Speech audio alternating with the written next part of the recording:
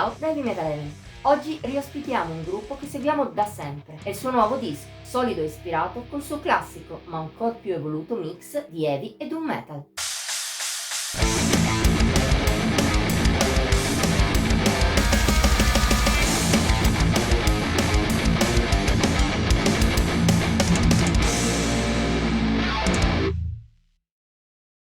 Oramai Heavy Metal Eleven come progetto, seppur sotto forme diverse, esiste da tanto tempo, che di alcune band abbiamo potuto seguire l'evoluzione durante tutta l'intera carriera.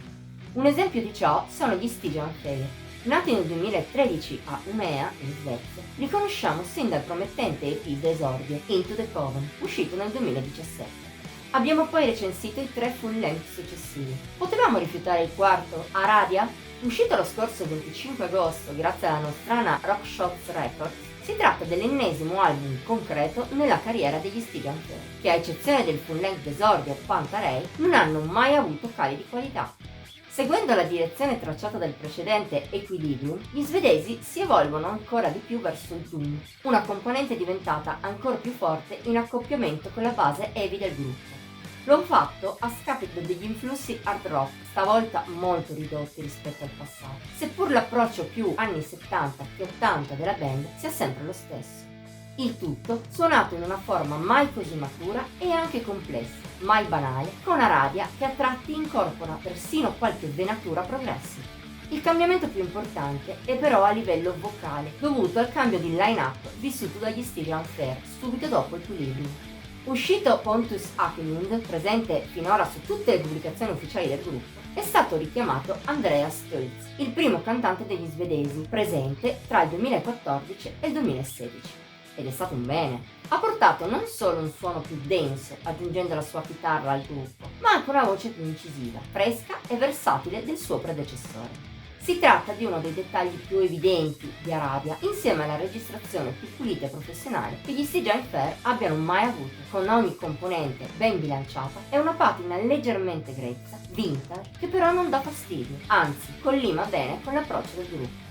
Purtroppo però dal suo predecessore il nuovo lavoro degli scandinavi eredita anche il difetto di una scaletta un po' lunghicana.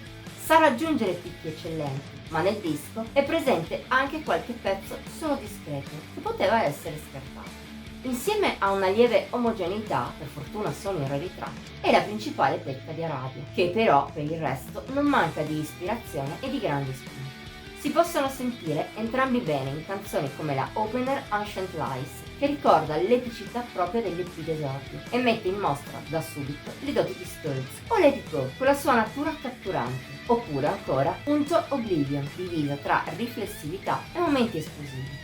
Il picco assoluto del disco è però Panopticon, che unisce una base generale cupa, strisciante, tra le più doom del disco, a un ritornello molto catchy, in un'unione che valorizza entrambe con grande saggezza. Quest'ultima, tra l'altro, è presente anche nel resto di Aradia. La maggior parte delle altre canzoni, anche quelle non proprio grandiose, pur non spiccando troppo, risultano comunque essere interessanti e mature.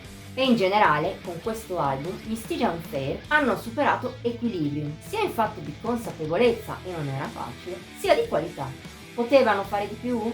Forse sì, escludendo qualche pezzo meno bello e inserendo qualche hit in più, ma in fondo non è così importante. Al di là dei suoi piccoli difetti, parliamo di un full length solido, molto ben fatto. Se è vero che i 2 precedenti gli sono inferiori, davvero di poco, risulta lo stesso il migliore mai pubblicato dal gruppo scandinavo. Se ti piace l'heavy doom metal e soprattutto le versioni più classiche di entrambi i generi, insomma, almeno un ascolto ti è consigliato.